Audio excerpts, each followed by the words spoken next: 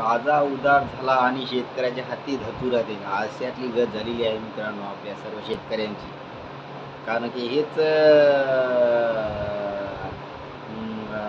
सरकार आपल्याला काय म्हणलं होतं निवडणुकीच्या अगोदर, की आपण हे शेतकरी बांधवांनो तुम्ही आम्हाला मतं द्या, आमचं सरकार निवडून आणा, आम्ही तुम्हाला पूर्ण कर्जमाफी देऊ आणि तुमचा सातबारा कोरा कोरा कोरा करू, असं हे सरकार आपल्याला म्हणालं होतं मित्रांनो. आणि आता या सरकारने आपल्या हातात धतुरा दिलेला आहे मित्रांनो. यांनी 2 लाखापर्यंतचीच कर्जमाफी दिलेली आहे आणि त्यातही त्यांनी खुटा रोवून ठेवला आहे. त्यातही शर्ती अटी यांचा GR याचा बाकी आहे मित्रांनो.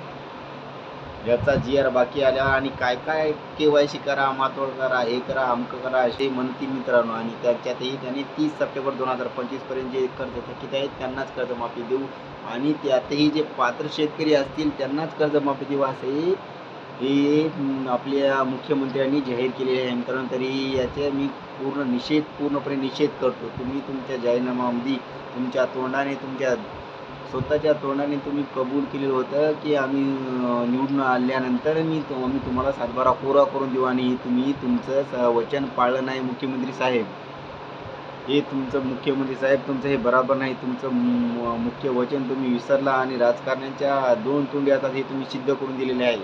आणि याची चूक तुमची नाही साहेब, यांची चूक आमच्या शेतकरी बांधवाची आहे. आमच्या शेतकरी बांधवातील जे नेतृत्व आहे, शेतकऱ्यांचे नेतृत्व करणारे, त्यांनी सर्वांनी एकत्र येऊन आपल्या सर्वसामान्य शेतकऱ्यांसाठी नागपूरला माननीय बच्चूभाऊ कडू यांच्या नेतृत्वाखाली जे आंदोलन उभारलं होतं त्याला शेतकऱ्यांनी पूर्ण प्रतिसाद दिला नाही. उलट त्यांच्यावर टीका टिप्पणी केली. माणूस हा चुकीचा पुतळा आहे. बच्चूभाऊ कडू कोणी काही चुकी झाली असेल तरी सामान्य शेतकऱ्यांनी चुकीला पदराळ घेऊन त्यांना सपोर्ट करायचा पाहिजे, सोडून त्यांना टीका टिप्पणी केली.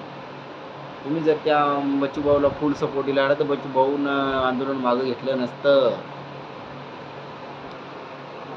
आणि माझ्या शेतकरी बांधवांनो, या कर्जमाफीतही यांनी जे रेग्युलर शेतकरी आहेत, जे रेग्युलर कर्ज भरतात, कर्ज उचलतात आणि योग्य वेळेत फेडतात, जे प्रामाणिक आणि ज्यांना निसर्ग शेतीने साथ दिली, त्यांनी शेतीत उत्पन्न घेऊन कर्ज भरतात, त्या शेतकऱ्यावर फार मोठा अन्याय झाला. त्यांना 50,000 रुपये प्रोत्साहन पण काहीतरी रक्कम देऊ असे यांनी जाहीर केले. पण गेल्या कर्जमाफीमध्ये सुद्धा असेच खोटी घोषणा देऊन किती शेतकऱ्यांना 50,000 रुपये भेटले, मोजक्या शेतकऱ्यांना भेटले, तरी शेतकऱ्यांनी आवाज उठवला नाही. याच्यामध्ये तसंच होईल. 50,000 रुपये देतो, नेहमी शेतकऱ्यांना 50,000 रुपये देतो म्हणून तुम्हाला गाजर दाखवलेली आहे सपशेल, आणि तेही मिळण्याची शक्यता फारच कमी आहे.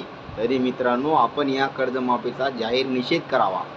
तरी मी सामान्य शेतकरी विवेक पाटील आंबाळकर या कर्जमाफीचा जाहीर निषेध करतो आणि यांना निषेध करतो. आणि ही कर्जमाफी आम्हा सामान्य शेतकऱ्यांना मान्य नाही.